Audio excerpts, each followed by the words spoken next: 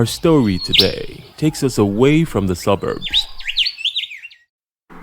and to a more crowded residential part of Abuja, Nigeria.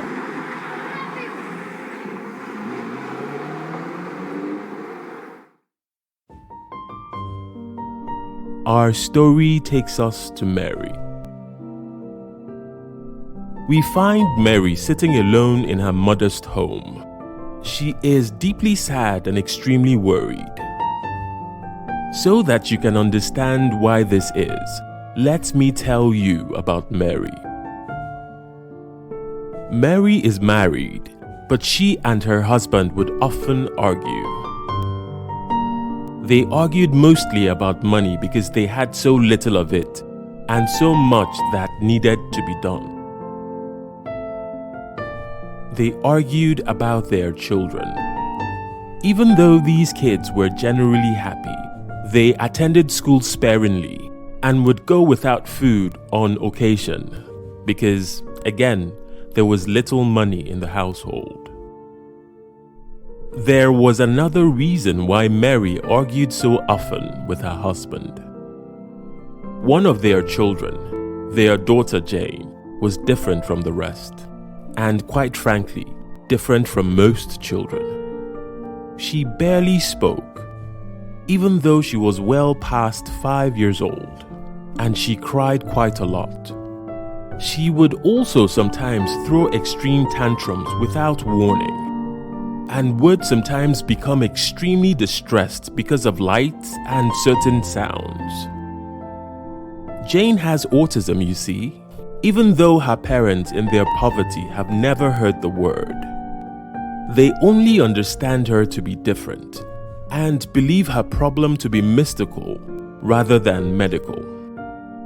Mary and her husband have very little formal schooling, you see. Mary's husband is a trained carpenter and construction worker, and Mary used to work as a cleaning lady in a local hotel. They both lost their jobs, however, after the lockdowns from the COVID-19 pandemic, and have struggled to find work since. Life for their family has become extremely difficult. What with the many little mouths to feed, with no money coming in, not to mention their own needs.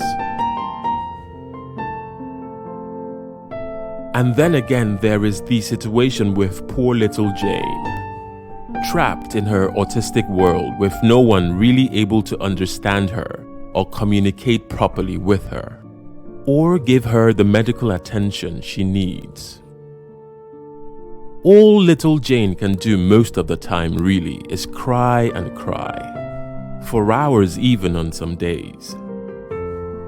Between Jane's frequent loud crying and the racket her siblings would usually make in their small crowded apartment, the neighbors would often become very cross with their family, especially during the lockdowns when everyone was compelled to stay at home.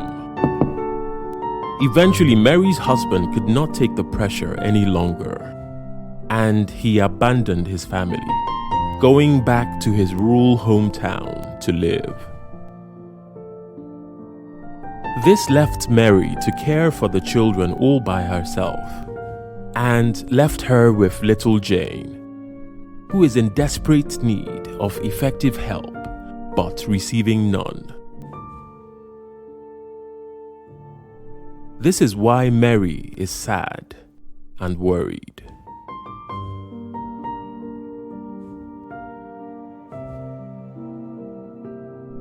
Unfortunately, there are many impoverished households like Mary's own in Nigeria and Africa.